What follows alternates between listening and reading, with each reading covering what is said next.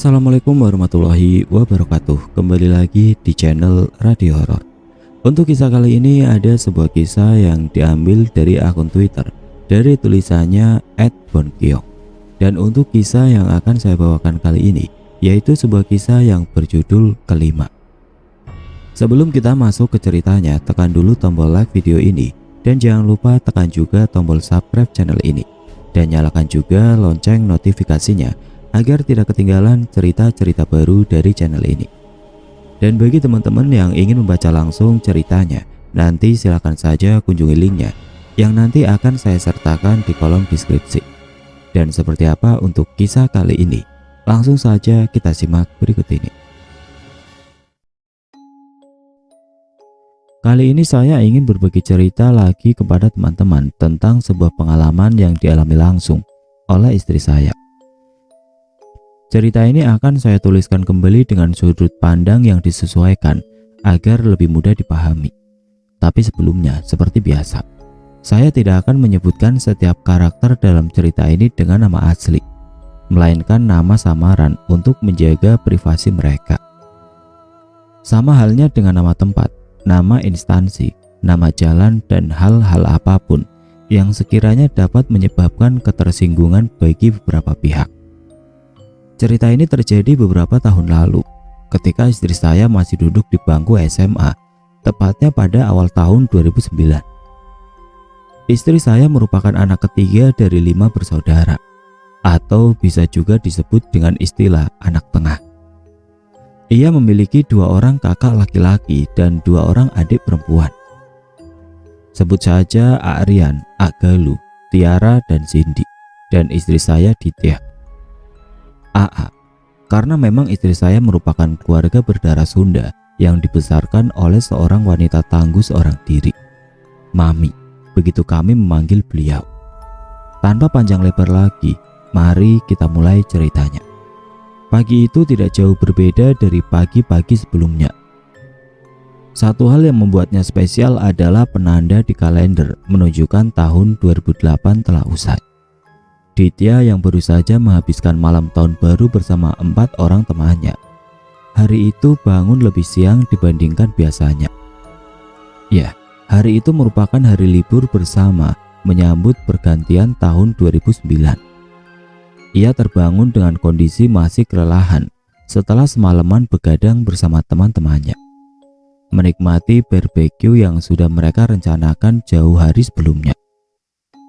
Ditya meraih telepon genggam miliknya berharap ada pesan masuk dari pacarnya. Hubungan Ditya dan pacarnya sebenarnya baik-baik saja.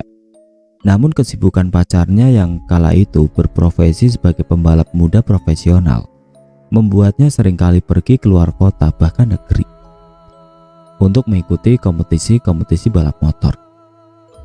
Happy New Year 2009 Ditya. Sebuah pesan terlihat di notifikasi HP BlackBerry miliknya. Maaf ya, nggak bisa New Year's bareng lo. Semoga tahun depan kita bisa ngerayain tahun baru barengan ya. Begitu pesan yang tertulis. Hapsu, gumam Ditya sembari tersenyum kecut, membaca pesan dari pacarnya dengan mata yang masih berat dan setengah tertutup. Happy New Year's tuh, lu balik kapan dari Malaysia? Balas Ditya kepada pacarnya, tidak ingin mengutarakan perasaannya yang sebenarnya. Ditya pun mencoba membenahi posisi tubuhnya yang tadinya terlentang, kini duduk bersandar di tembok, sembari mencari charger HP yang sudah terpasang pada stop kontak di kamarnya tersebut. Ia mencolokkan HP-nya dan bangkit dari kasurnya, meninggalkannya di atas bantal. Ketika Ditya mencoba bangkit dari kasur menggunakan lengan kirinya untuk menahan beban tubuhnya, ada rasa sakit seperti tertekan dan sedikit menusuk di bahu sebelah kirinya. Aduh, salah bantal lagi, keluh Ditya saat itu. Yang Ditya tidak sadari adalah hal itu merupakan awal dari sebuah kejadian yang akan merubah sudut pandang hidupnya dari segi sesuatu yang memang tidak bisa dipandang mata. Setelah akhirnya berhasil bangkit dari kasur yang tidak ingin melepaskannya, Ditya pun beranjak keluar dari kamar. Tumben udah bangun teh. Dilihatnya sosok perempuan tangguh kebanggaannya telah berdiri menyiapkan sarapan di meja makan dengan pakaian yang sangat rapi. "Mami mau pergi?" tanya Ditya kepada Mami. "Iya, mau pergi sebentar ke Cakung." "Ke rumah Umi? Kok nggak ngajak?" Umi adalah panggilan untuk nenek mereka, ibu dari Mami yang tinggal tidak terlalu jauh dari mereka. "Sebentar doang, mau jemput Umi, siapa tahu mau nginep." "Sarapan udah Mami siapin ya, yang lain masih tidur soalnya." "Iya Mi, emang sekarang jam berapa sih?" tanya Ditya sambil melihat ke arah jam dinding yang terpasang pada tembok besar di ruang tamu. "Lah, masih jam 8. Makanya Mami bilang tumben, gak libur aja susah bangun." "Iya, aku kira udah jam 11, ucap Ditya. "Ya udah, sarapan dulu, nanti balik tidur lagi."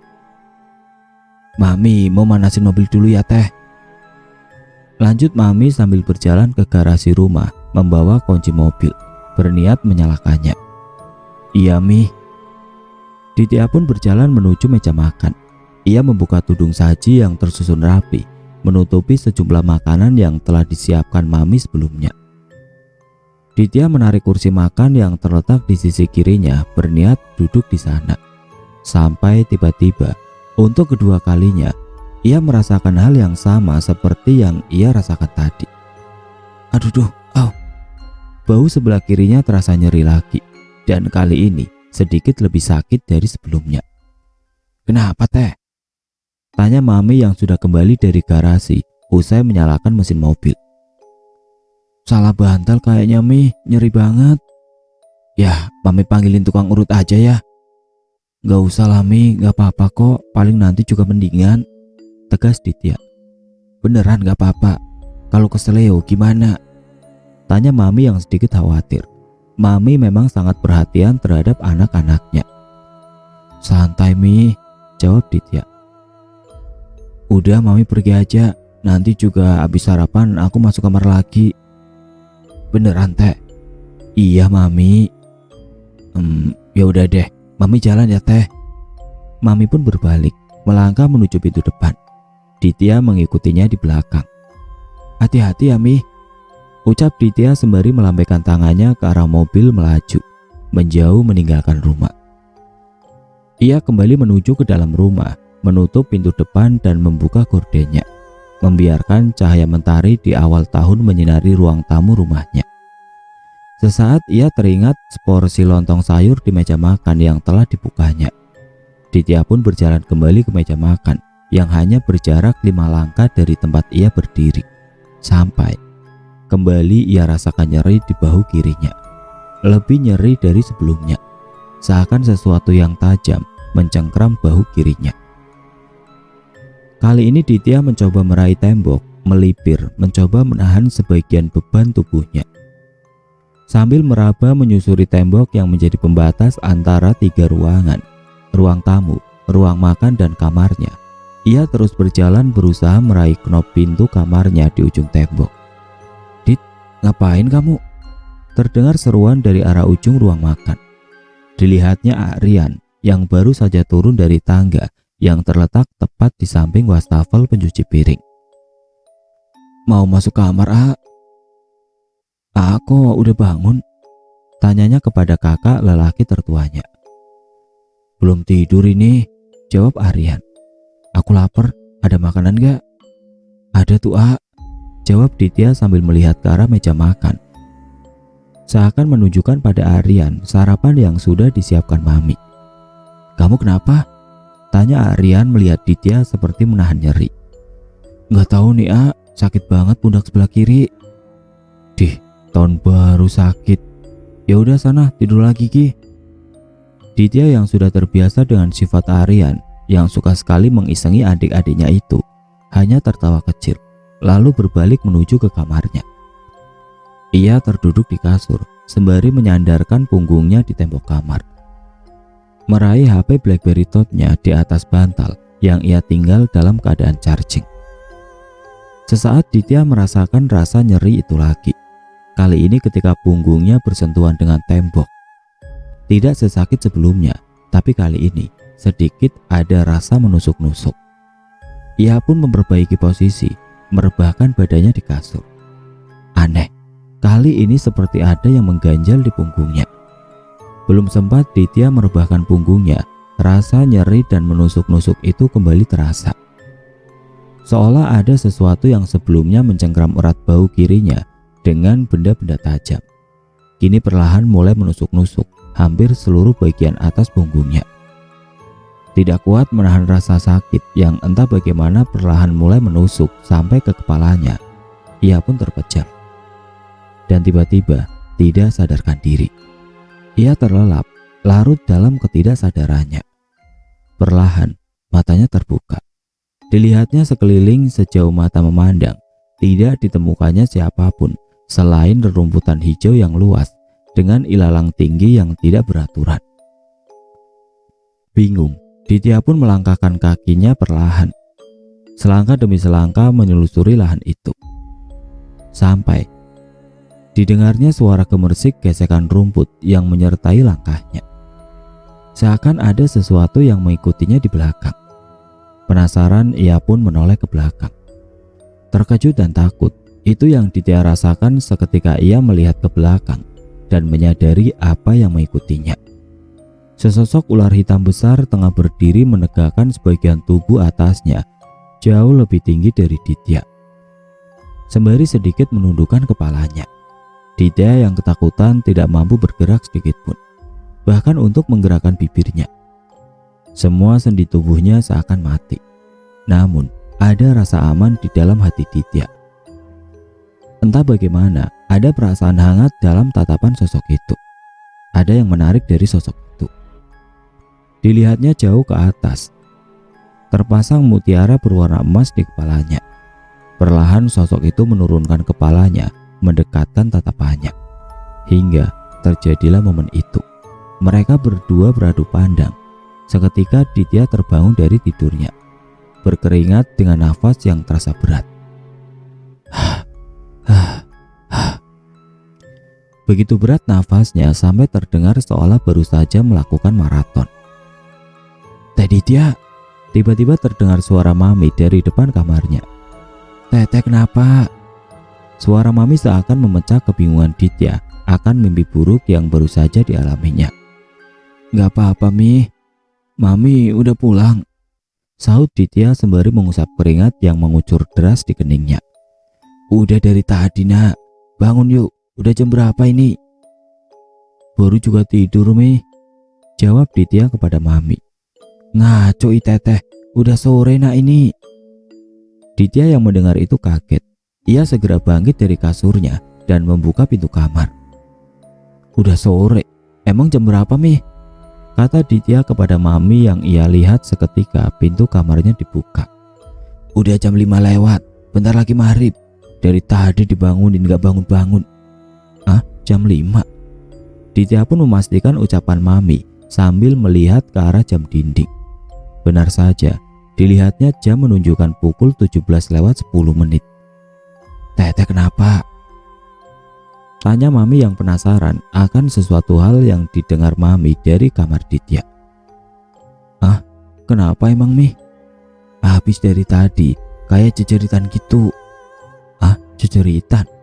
Ditya bingung karena seingatnya di dalam mimpinya tadi, jangankan teriak, menggerakkan bibirnya saja tidak bisa. "Masa sih Mi?"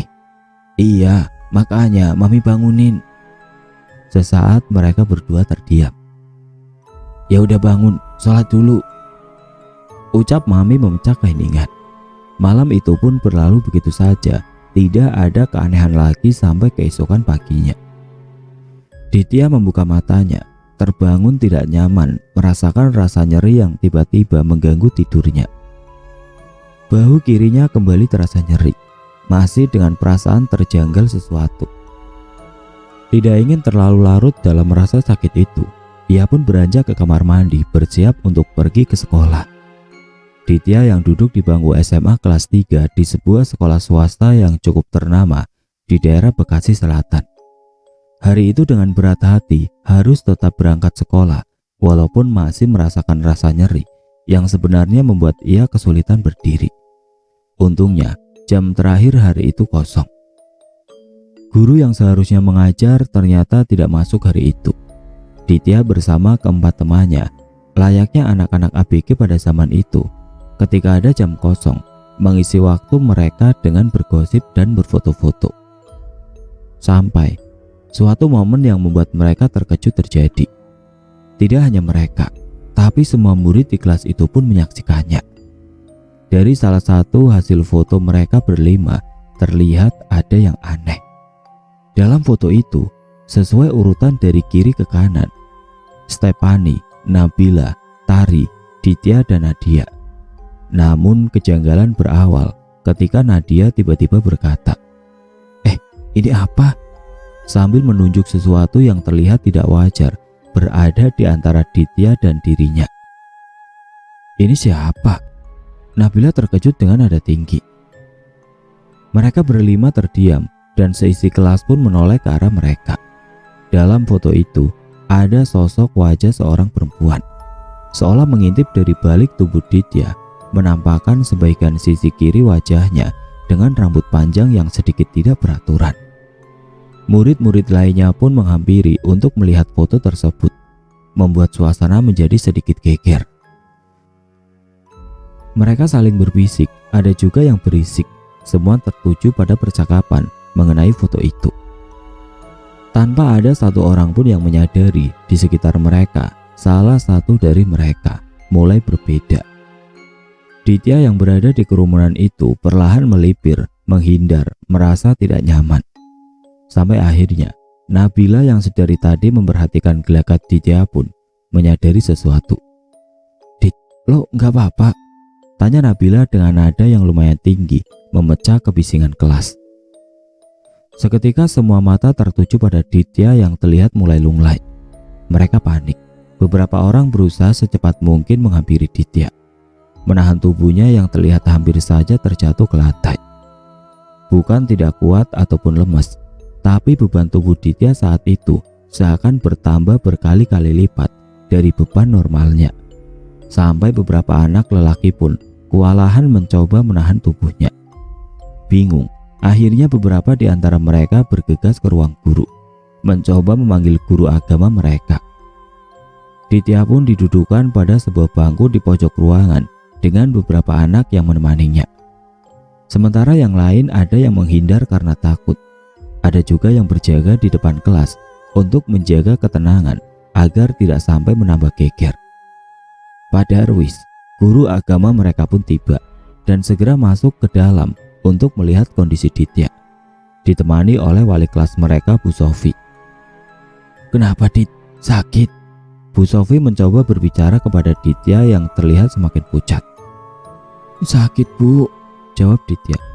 "Mananya yang sakit?" "Sebelah kiri, Bu," kata Ditya sembari memegang bahu kirinya. "Coba Bapak lihat." Pak Darwis menghampiri Ditya yang terduduk lemas. Beberapa temannya termasuk Nabila meraih HP mereka mencoba menghubungi pihak keluarga Ditya. "Ya sudah, kita coba bawa saja ke UKS." Pak Darwis pun mencoba membantu Ditya berdiri, namun seketika seakan tidak kuat memapahnya. Pak Darwis pun ikut terjatuh terduduk ke lantai. "Astagfirullah, gak kuat saya. Coba anak-anak laki-laki, beberapa bantuin juga." Beban tubuh Ditya seolah semakin bertambah. Beberapa murid lelaki di kelas pun ikut membantu Ditya untuk berdiri. Berat sekali. Tubuh Ditya bahkan tidak dapat ditegakkan, hanya bisa membungkuk seperti seorang nenek tua. "Sakit, Pak," kata Ditya dengan suara lirih. "Iya, sabar ya, Dit. Sebentar lagi ibu dan kakak kamu datang. Kamu bisa segera pulang," ucap Pak Darwis mencoba menenangkan Ditya. Benar saja, Mami dan Aryan tidak lama sampai di kelas. Rumah Ditya memang tidak begitu jauh dari sekolahnya. Mami dan Aryan terkejut melihat Ditya. Mereka pun bergegas membawa Ditya menuju mobil yang diparkir di lapangan depan sekolah dengan dibantu beberapa murid dan kedua guru tadi.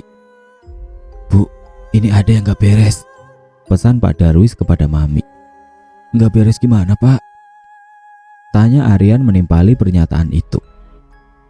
Sebaiknya, kalau ada orang yang paham, coba langsung dibawa saja ke sana, tambah Pak Darwis kepada Aryan dan Mami. Iya Pak, nanti saya coba panggilkan tukang urut dulu di rumah, sahut Mami sedikit kurang percaya bahwa ada hal aneh yang sedang menimpa putrinya. Mereka pun sampai di depan rumah. Mami bergegas keluar dari mobil, membantu membukakan pintu di sisi Ditya duduk. Aryan pun juga bergegas memompa Ditya yang terlihat semakin membungkuk. Namun anehnya, Ditya kini tidak lagi seberat sebelumnya. Beban tubuhnya kembali normal. Mereka membawa Ditya ke kamar. Mami membantu Ditya menggantikan bajunya. Aryan melihat ke arah jam dinding yang menunjukkan pukul 16 kurang pun, bersiap untuk pergi ke rumah temannya. Hari itu Aryan terpaksa meninggalkan Ditya untuk mengerjakan tugas kuliahnya. Beruntung, saat itu rumah sudah ramai. Agalu sudah tiba dari kegiatan kampusnya. Tiara dan Cindy pun sudah pulang sekolah. Agalu, tolong panggilkan tukang urut yang biasa nak, pinta Mami ke Agalu yang ketika itu ikut menemani Ditya. Nanti Ditya gimana? Tanya Agalu khawatir. Gak apa-apa nak, Mami yang jagain. Rumah tukang urut langganan mereka memang tidak jauh dari rumah, hanya berjarak 3 blok dari situ. Ya udah, aku panggilin sebentar ya Mi. Agalu pun bergegas menyalakan motornya dan langsung meluncur ke rumah tukang urut tersebut. Tidak terlalu lama, Agalu kembali dengan motornya. Terlihat sebuah motor mengikuti di belakangnya dengan 2 orang berada di atasnya. Seorang lelaki dan wanita parubaya usia 40-45 tahunan. Sang perempuan parubaya pun turun dari motornya mengikuti Agalu masuk ke rumah. Ditya dan Mami sudah menunggu di ruang tamu. Mbak Jasmi sang tukang urut pun duduk di sofa tepat di depan Ditya. Dia menatap dalam ke mata Ditya. Tangan kanan Mbak Jasmi perlahan mencoba meraih bahu kiri Ditya sampai tiba-tiba, astagfirullahaladzim. Seakan terkejut, Mbak Jasmi mengucap istighfar seraya berdiri seketika, berbalik dan bergegas keluar menghindar dari ruang tamu. Lebih tepatnya, menghindar dari Ditya. Bu, mau kemana? Tanya Ditya dan Mami. Maaf bu, saya nggak bisa ngurut nengnya. Sambil terbata-bata Mbak Jasmi bergegas mundur, mempercepat langkahnya. Kalau untuk urusan ini, cari orang yang pintar aja, tegas Mbak Jasmi. Ia pun segera menaiki motornya sambil seakan berbisik menjelaskan kepada suaminya.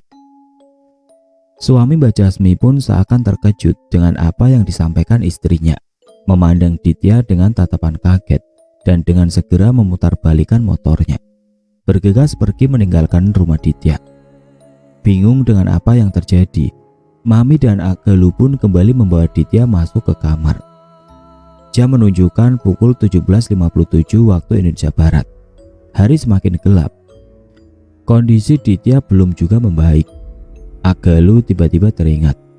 Mih, apa kita coba bawa Ditya ke rumah Danu aja? Kan Om Syahrial ngerti yang begini-begini. Danu adalah sahabat dari kedua kakak lelaki Ditya, Agalu dan Aryan. Ayah Danu, Om Syahrial, memang dikenal oleh teman-teman anaknya memiliki kemampuan untuk berkomunikasi dan berinteraksi dengan hal-hal gaib. Boleh deh, jawab Mami yang terlihat sudah kehabisan ide. Aku siapin motor dulu, kita boncengan bertiga aja ya. Agalu segera menyalakan mesin motornya, bergegas kembali ke dalam kamar untuk membantu Mami memapah Ditya. Dik, kalian bisa tolong bantuin Mami pegangin tadi ya enggak? Biar aku bisa pegangin stang motor, pinta Agalu kepada kedua adiknya yang lain. Tiara dan Cindy pun tanpa banyak bicara segera membantu Mami menahan beban tubuh Ditya yang tiba-tiba mulai bertambah lagi seperti sebelumnya. Mereka perlahan memapahnya menuju motor yang sudah disiapkan Agalu di depan pagar. Tapi keanehan terjadi lagi. Sesampainya mereka di samping motor, mereka mencoba membantu Ditya yang terlihat tidak kuat, bahkan untuk mengangkat tubuh bagian kanannya sendiri. Mami dan Tiara yang saat itu sudah berada di sisi kiri Ditya terjatuh tidak kuat menahan beban tubuhnya. Mereka bangkit dan mencoba lagi untuk kedua kalinya dan kembali gagal. Wah, ngaco nih, bener-bener gak beres, seru Agalu seketika. Ya udah Mi, kita bawa aja Ditya balik ke kamar lagi, biar aku jemput aja Danu sama Om Sarial. Iya nak, boleh, hati-hati ya. Agalu terlihat sedang menelpon di teras depan rumah, menjelaskan situasi yang terjadi kepada Om Syahrial. Tidak lama Agalu mematikan HP-nya dan melongok ke arah Mami yang sedari tadi duduk di ruang tamu, memperhatikan gerak-gerik putra keduanya itu. Aku jalan ya Mi, kata Agalu. Mami hanya mengangguk, menjawab Agalu. Selang 20 menit, terlihat mobil Aryan yang baru saja sampai parkir di depan pagar rumah. Dari dalam mobil, turun satu orang lagi bersama Aryan, Mas Aki. Ia adalah teman kampus Aryan. Perawakannya yang besar membuat kesan yang menakutkan bila baru pertama kenal. Namun, cara dan gaya bicara justru seringkali membuat Ditya dan teman-teman Aryan yang lain tertawa karena kelucuannya. Ditya, gimana Mi? Tanya Aryan yang bergegas turun dari mobil, mengkhawatirkan adiknya. Masih aku balik cepet, udah selesai tugasnya, tanya Mami. Nanti aja lanjut lagi, ini makanya aku ajak Aki buat bantuin megangin. Tadi Galuh cerita sih, sekilas di telepon. Iya Mami bingung mesti gimana. Udah Mi, tenang, gak akan kenapa-napa kok, ucap Aryan berusaha menenangkan Mami yang terlihat semakin gelisah. Sekitar setengah jam Agalu pun sampai kembali ke rumah. Mana lu si Danu? Tanya Aryan bingung melihat Agalu masuk ke dalam rumah sendiri. Mobilnya gak bisa nyala jawab Agalu. Kok bisa? Iya, tadi pas mau nyalain mobil tiba-tiba kayak gak ke starter gitu. Elah, dada saja. Udah, aku jemput aja deh, tegas Aryan sambil berbalik ke dalam rumah, berniat mengambil kunci mobil yang diletakkannya di dalam kamar Mami. Agalu pun mengikutinya di belakangnya. Mi, aku jemput Danu sama Om Sarial dulu ya, kata Aryan kepada Mami yang terlihat sedang duduk di pojok kasurnya, memijat-mijat bau Ditya yang terlihat meringis masih menahan sakit. Loh, gak jadi datang bareng Agalu? Tanya Mami bingung. Mobilnya tiba-tiba gak bisa di starter Mi, jawab Agalu. Ya Allah, kenapa lagi nih? Mami terlihat begitu panik. Terlihat air mata yang mulai sedikit demi sedikit menetes keluar dari ujung mata beliau. Gak apa-apa Mi, biasa kan si Danu suka males ganti oli, palingan juga kering itu. Aryan pun menjawab mencoba menenangkan Mami. Udah ya Mi, ditemenin sama Galuh dulu ya. Di luar juga ada si Aki tuh. Mami tenang aja, aku jemput mereka dulu ya. Iya, ucap Mami lirih menahan sedih. Aryan pun berbalik segera bergegas keluar rumah. Tidak lama terdengar suara mobil Aryan pergi dan menghilang perlahan. Agalu berjalan mendekati Ditya. Ia membawa Al-Quran kecil di genggamannya, mendudukkan tubuhnya tepat di samping Ditya yang sedang berbaring. Agalu mulai membuka lembar demi lembar Al-Quran sampai ia berhenti pada sebuah lembaran surat Yasin. Ia mulai membaca, Wal Qur'anil Hakim. Agalu melanjutkan ayat demi ayat surat Yasin, namun aneh, Ditya terlihat perlahan mulai tidak tenang. Sesekali ia meringis kesakitan, sesekali ia meremas-remas lengannya sendiri sambil berkata lirik. Udah panas stop, sakit. Mami yang melihat gelagat Ditya tersadar dan segera menghentikan Agalu. Nah, umul Quran dulu, gak baik azabnya, ucap Mami mengingatkan. Astagfirullah, iya Mi, aku sampai lupa. Mendengar hal itu, Ditya pun menyeringai dengan sedikit suara tawa ringan. Astagfirullah. Mami dan Agalu melihat tingkah Ditya pun akhirnya menyadari yang mereka hadapi bukan hal yang biasa, bahkan sampai mampu mengalihkan cara berpikir mereka. Mami dan Agalu pun secara bersama-sama mulai membaca surat Al-Fatihah. Stop! Suara lirih Ditya kembali terdengar.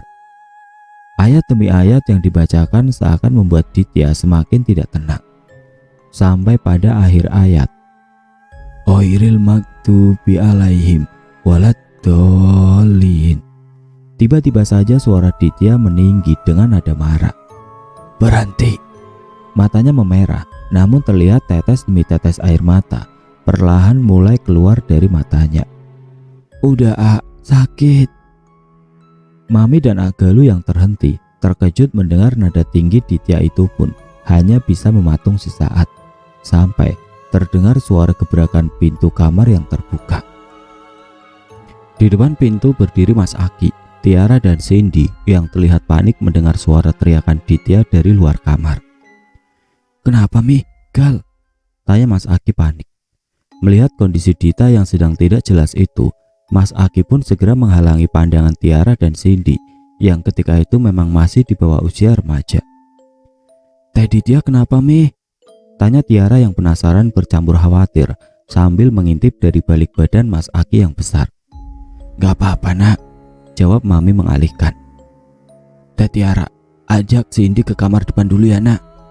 Iya Mi, jawab Tiara yang ketika itu duduk di bangku SMP dan terlihat sudah mulai bisa membaca situasi.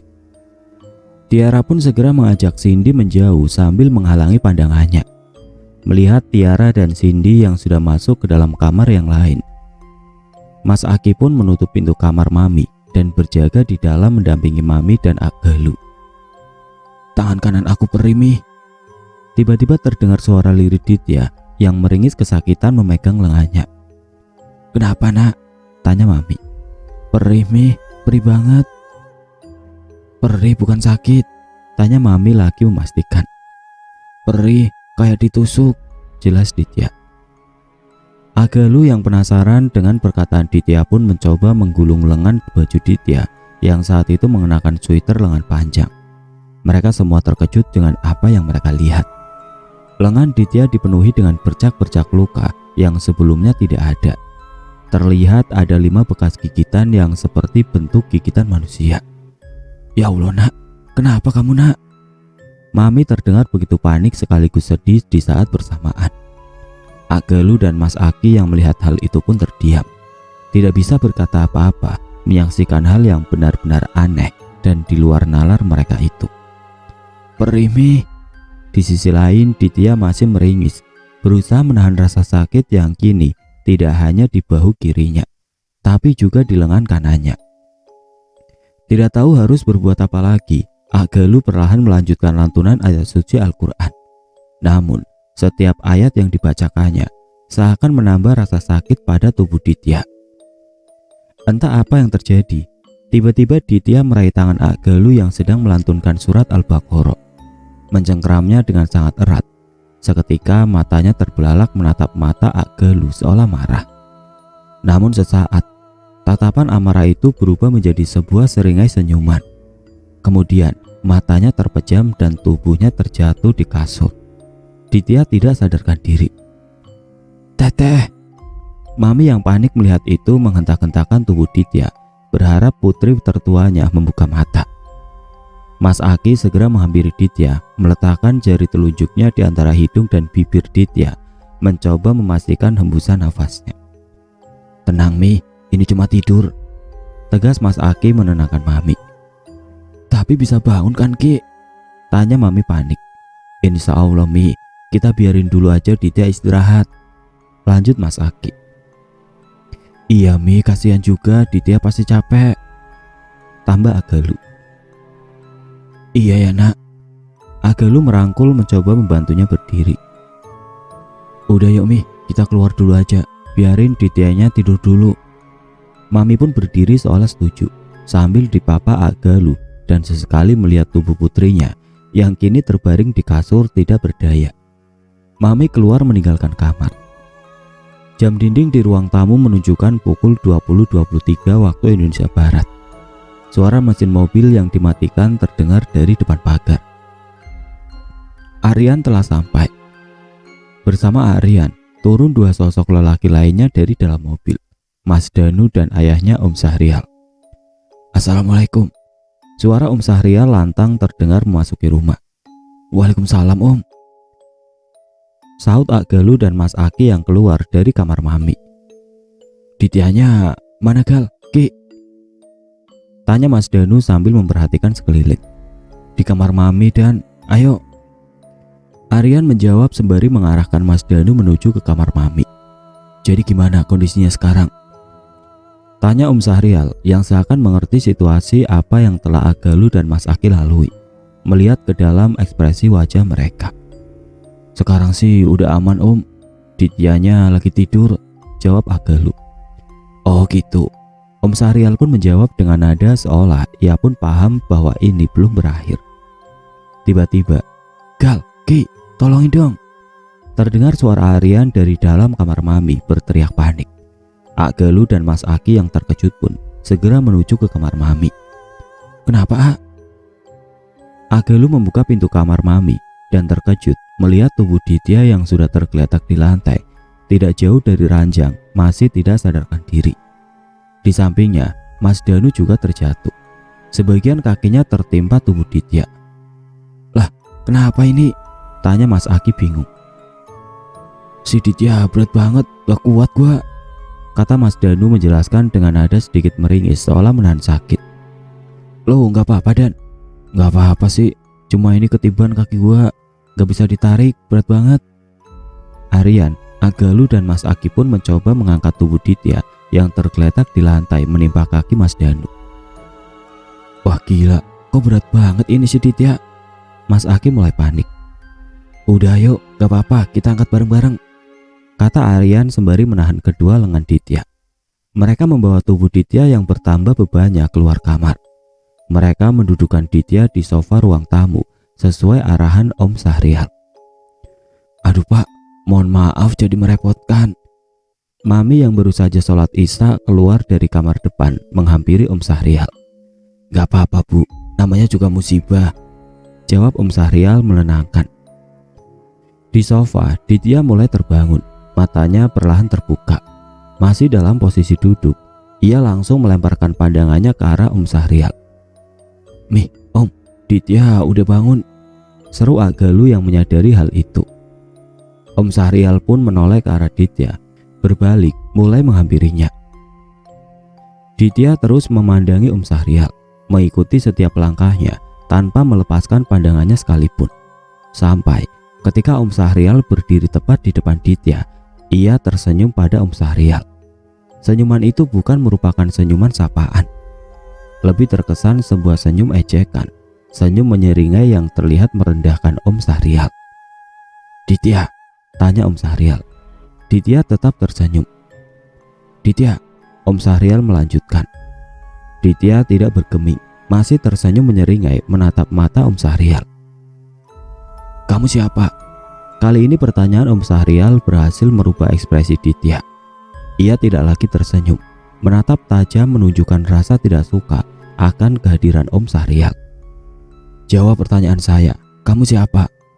Tegas Syahrial kali ini dengan nada sedikit meninggi. Seketika Ditya pun tertawa. Tawa kecil yang lama-kelamaan berubah menjadi semakin menakutkan. Bahkan Tiara dan Cindy yang sebelumnya ada di dalam kamar pun keluar mendengar suara tawa ringan yang menakutkan itu. Ditya menghentikan tawanya. Kali ini ia menatap satu demi satu wajah semua orang yang ada di ruangan itu. Kepalanya bergerak dari kiri ke kanan mengikuti gerakan matanya sambil tetap menatap wajah mereka satu persatu. Selesai, ia kembalikan pandangannya kepada Syahrial, tersenyum kembali sambil berkata, kamu siapa? Dengan suara lirih yang tidak dikenali oleh siapapun yang ada di ruangan itu. Suara seorang perempuan dewasa yang jelas sekali bukan merupakan suara Ditya. Saya Syahrial, kamu. Ditya kembali tetap tersenyum sembari menutup matanya. Sesaat Ditya kembali membuka matanya dan berkata lagi, saya. Mendengar itu mereka semua terkejut, karena kali ini suara yang keluar dari mulut Ditya berubah lagi. Suara itu bukan lagi suara perempuan yang baru saja mereka dengar, melainkan lelaki remaja. Dan terdengar seakan ada lebih dari satu suara. Saya, bukan, tapi kami. Suara itu keluar dari mulut Ditya dengan nada meninggi. Kami tidak sendiri, begitu juga dengan kalian, tegas suara tersebut. Apa mau kalian? Tanya Om Sahrial dengan tegas. Mendengar pertanyaan Om Sahrial itu, suara tersebut tertawa, membuat seisi rumah merinding ketakutan. Suara itu pun kemudian menghentikan tawanya dan kembali berkata, cari tahulah sendiri kalau memang kamu sanggup, jawab suara itu dengan tegas. Mendengar pertanyaan mereka, Om Sahrial menutup kedua matanya. Mulutnya bergerak seakan sedang membaca sesuatu. Tidak lama, Om Sahrial pun membuka matanya. Seketika itu, ia terperajat mundur ke belakang, seolah melihat sesuatu yang tidak ia duga-duga. Tatapannya mengarah pada sesuatu di atas kepala Ditya. Astagfirullahaladzim, seru Om Sahrial. Kenapa Om? Ada apaan? Tanya Agalu bingung. Om Sahrial tidak bisa menjelaskan apa yang ia lihat kepada siapapun yang ada di ruangan itu. Yang ia tahu, ini bukanlah hal biasa. Di punggung Ditya tampak sesosok anak laki-laki yang tidak kecil lagi, namun jelas belum remaja. Melingkarkan kedua tangannya di leher Ditya, seolah merangkulnya dengan sangat erat. Di atas sosok itu ada sosok lain yang hampir mirip. Sosok anak laki-laki yang dari perawakannya pun terlihat tidak berbeda dari sosok sebelumnya. Hanya berbeda pada gaya rambutnya yang sedikit lebih lebat dan acak-acakan. Mereka terlihat tidak mengenakan pakaian pada bagian atas tubuhnya, dengan hanya mengenakan celana pendek pada bagian bawahnya. Kedua sosok itu tersenyum menyeringai sambil sesekali tertawa kepada Om Sahrial. Namun, yang lebih menakutkan adalah sosok lain di sebelah kiri Ditya. Sosok perempuan dengan rambut yang berantakan dan panjangnya mencapai panggul. Sebagian wajahnya hancur, dipenuhi dengan darah, dan terlihat daging-daging yang membusuk pada keningnya. Sosok itu mencengkramkan tangan kanannya pada bahu kiri Ditya dengan kukunya yang hitam, panjang dan tajam. Tangan kirinya menjuntai, seakan tidak lagi terpasang dengan baik pada tubuh utamanya. Om Sahrial menyadari sesuatu. Ini bukan disebabkan oleh niat jahat dari sosok-sosok tersebut, melainkan oleh sesuatu yang ada di dalam diri Ditya. Kalian, mau apa kalian? Tanya Om Sahrial terbata, masih setengah terkejut dengan apa yang ia lihat. Kami, jawab mereka. Tiba-tiba terdengar suara tawa mengikik. Ditya kemudian merubah posisi duduknya. Melipat kedua kakinya bersila di depan. Tangan kirinya diletakkan pada paha kirinya, sambil kemudian mulai mengangkat tangan kanannya. Ia mengarahkan telunjuknya ke wajah sambil berkata, anak ini bukan hanya milik kalian, anak ini milik alam. Kata-kata mereka membuat semua yang ada di ruangan itu terdiam. Dia anak saya. Mami menyela ucapannya dengan nada sedikit meninggi disertai rasa takut. Kalian tidak berhak atas Ditya. Mereka pun hanya tertawa mendengar pernyataan Mami. Kalian masih belum mengerti juga, ucap mereka sambil menatap tajam mata Mami. Bukan kami yang datang mengganggunya, dialah yang membuka pintu, mengundang kami. Mami dan semua keluarga Ditya hanya bisa diam, tidak berbicara saking herannya. Om Sahrial perlahan mendekati Ditya sambil mengulurkan tangannya. Hal aneh pun terjadi. Ditya membuka matanya. Ia melihat Om Sahrial yang baru saja datang bersama Mas Danu. Om, Mas Danu udah sampai, sapa Ditya kepada mereka. Namun aneh, Om Sahrial yang sedang berbincang dengan Mami menoleh menatap Ditya, tetapi tidak dengan tatapan hangat seperti biasanya. Yang Ditya lihat, Om Sahrial melangkah mendekat kepadanya, sampai ketika Om Sahrial berhenti tepat di depannya, Om Sahrial baru menyapanya. Ditya. Iya Om, jawab Ditya. Om Sahrial bertanya lagi. Ditya. Iya Om, ini aku, jawab Ditya lagi. Ditya bingung dengan tingkah Om Sahrial, namun pertanyaan Om Sahrial berikutnya malah semakin membuatnya tidak mengerti apa yang sedang terjadi. Kamu siapa? Ditya terdiam mendengar pertanyaan itu. Ia tidak mengerti kenapa Om Sahrial menanyakan hal seperti itu. Tiba-tiba ia tertawa. Tertawa ringan dengan suara yang semakin lama semakin membuat dirinya sendiri ketakutan. Kok gua ketawa? Kok suara gua beda? Pertanyaan-pertanyaan aneh muncul dalam benaknya. Ia bingung bukan kepayang, sampai menyadari sedari tadi ia menjawab pertanyaan Om Sahrial. Tidak sekalipun ia mendengar suara yang bisa keluar dari dalam mulutnya. Ia seakan tidak bisa mengendalikan tubuhnya. Seketika Ditya merasakan hawa dingin menyelimuti bahu kirinya. Namun sesaat kemudian, hawa dingin itu berubah menjadi hawa panas yang perlahan-lahan menjalar ke seluruh punggung dan lengannya. Ada perasaan tidak enak dalam batinnya. Ia menoleh ke kiri, memastikan penyebab hawa dingin tersebut. Ditya terkejut bukan main ketika melihat sosok perempuan dengan wajah yang hancur sebagian berdiri di situ. Ditya yang ketakutan berusaha memejamkan matanya, namun sesuatu seperti menahan matanya. Sepasang tangan yang berukuran tidak terlalu besar dengan permukaan telapak tangan yang kasar. Tangan itu tidak hanya menahan mata Ditya untuk tidak menutup. Perlahan, tangan itu menarik wajah Ditya hingga mendongak ke atas. Kini matanya bertatapan langsung dengan mata sang pemilik tangan. Sepasang mata berwarna putih cerah dengan hanya setitik warna hitam pada pupilnya. Mata itu menatap tajam dengan seringai senyuman yang membuat bulu kuduk berdiri. Di atas sosok pemilik mata itu, Ditya melihat sosok lainnya. Sebuah wajah yang tertutup dari kening sampai hidung oleh rambut yang tidak beraturan. Hanya terlihat senyuman lebar pada mulutnya.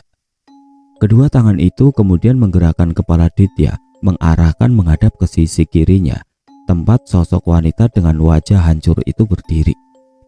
Kali ini, Ditya benar-benar terperajat dengan apa yang disaksikannya. Seketika kepala Ditya dihadapkan ke sisi kirinya, wajah hancur sang sosok perempuan berada tepat di hadapannya. Mata mereka bertemu dalam sepersekian detik sebelum akhirnya Ditya seakan tersadar setelah merasakan tamparan hebat pada pipi kirinya. Om Sahrial yang mendekat mencoba meraih tangan Ditya secara refleks, memutuskan untuk melayangkan tangan kanannya ke pipi kiri Ditya. Ia menyaksikan apa yang Ditya alami, mencoba menjauhkan wajahnya dari sosok perempuan berwajah hancur itu. "Mami!" Tiba-tiba Ditya menjerit. Mendengar suara Ditya yang telah kembali normal, Mami pun segera menghampiri dan memeluknya dengan erat. "Iya nak, Mami di sini. Aku takut, Mi," ucap Ditya sambil menangis. "Iya nak, iya. Dit, kita ngaji bareng-bareng ya," ajak Om Sahrial yang seakan tahu bahwa ini masih belum usai. "Coba Rian sama Galuh, tolong ambilin kasur kecil atau karpet tebel ya," lanjutnya kepada kedua kakak laki-laki Ditya. "Oke Om," jawab mereka berdua. Ditya pun direbahkan pada karpet tebal yang digelar di ruang tamu dengan posisi tengkurap. Galuh diminta memegang kepala Ditya. Om Sahrial berada di ujung tangan kiri dan Mami memegang tangan kanannya. Aryan dan Mas Danu memegangi kaki kanan, sedangkan Mas Aki kaki kirinya. Om Sahrial meminta Galuh menghadapkan kepala Ditya ke kanan sambil mendekati telinganya seakan membisikkan sesuatu. "Ikuti bacaan Om dalam hati ya Dit," tegas Om Sahrial. Ditya hanya mengangguk. Om Sahrial mulai melantunkan bacaan ayat suci Al-Quran. Jam dinding menunjukkan pukul 00.41 waktu Indonesia Barat. Lantunan ayat-ayat suci masih terdengar lirih sekali dari mulut Om Sahrial. Kondisi Ditya yang saat itu semakin tidak menentu. Ia yang sebelumnya berhasil kembali menguasai kesadarannya, kini mulai kehilangan kendali lagi. Semakin lama Ditya semakin meronta-ronta. Aryan dan Mas Danu sempat beberapa kali terpental karena tendangan kerasnya Ditya. Galuh masih berusaha menjaga agar kepala Ditya tetap pada posisi menghadap ke kanan. Karena sebelumnya sempat ia melepaskan pegangannya, Ditya berhasil menoleh ke arahnya, mengeluarkan suara tawa yang benar-benar mengerikan. Mami masih menahan tangan kanan Ditya sembari sesekali menangis pilu melihat kondisi putrinya. Mas Aki kini mencengkram lebih kuat kaki kiri Ditya yang sebelumnya terlepas dan menyebabkan keanehan terjadi.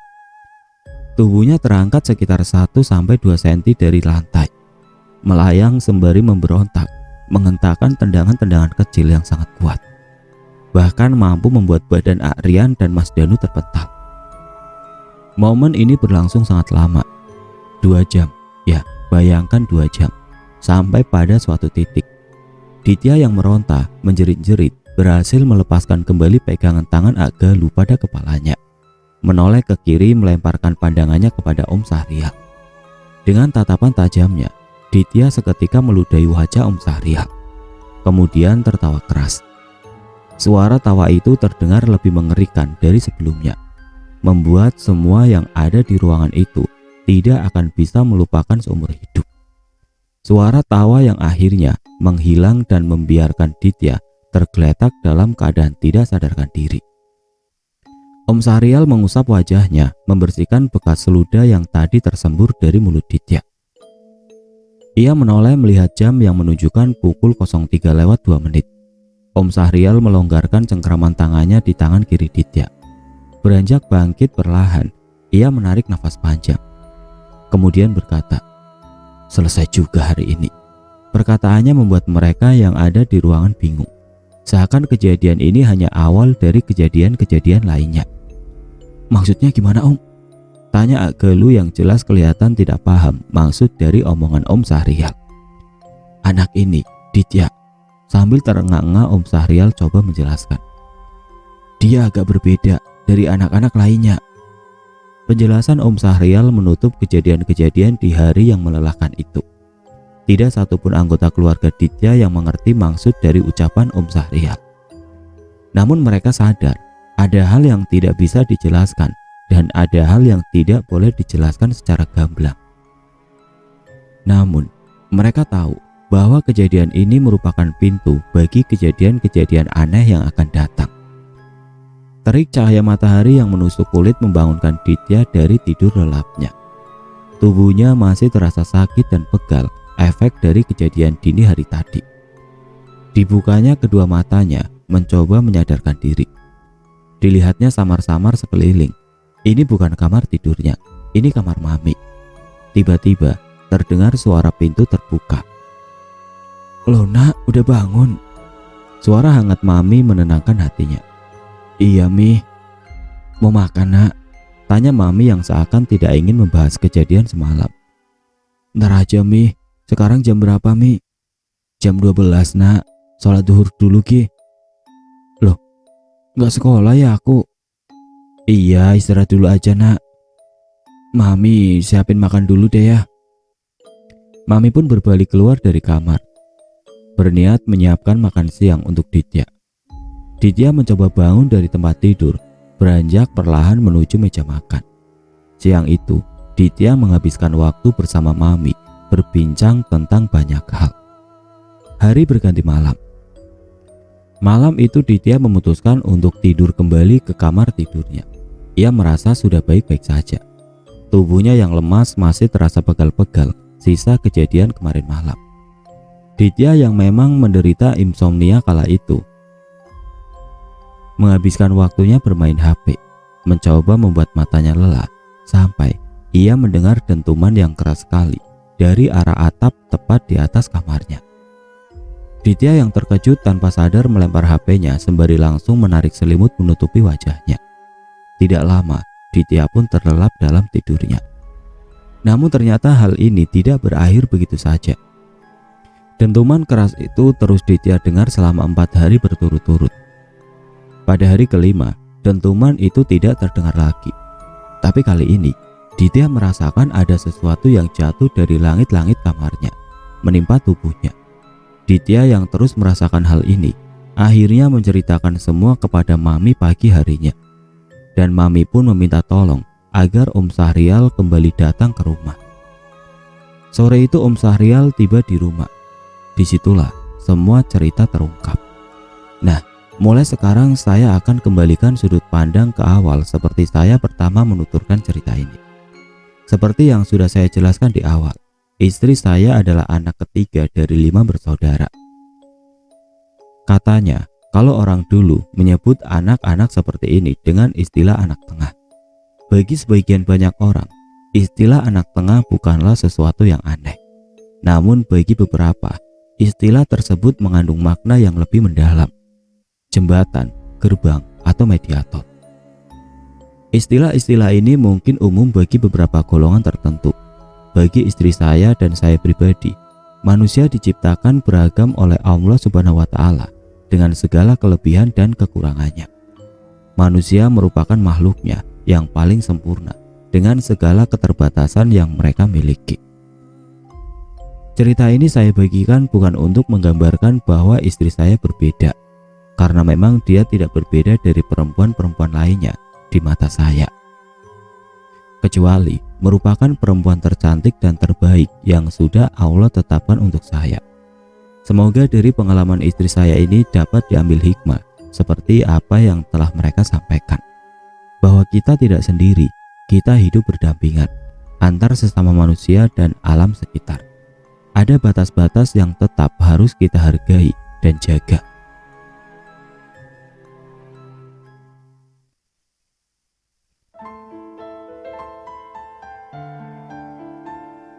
Oke teman-teman, sekian untuk cerita kali ini. Semoga apa yang sudah saya sampaikan dalam kisah ini dapat dijadikan pelajaran untuk kita semua. Dan bagi teman-teman yang baru bergabung, jangan lupa untuk like, komen, share, serta subscribe channel ini. Dan nantikan kisah-kisah horor berikutnya tetap di channel Radio Horor. Wassalamualaikum warahmatullahi wabarakatuh.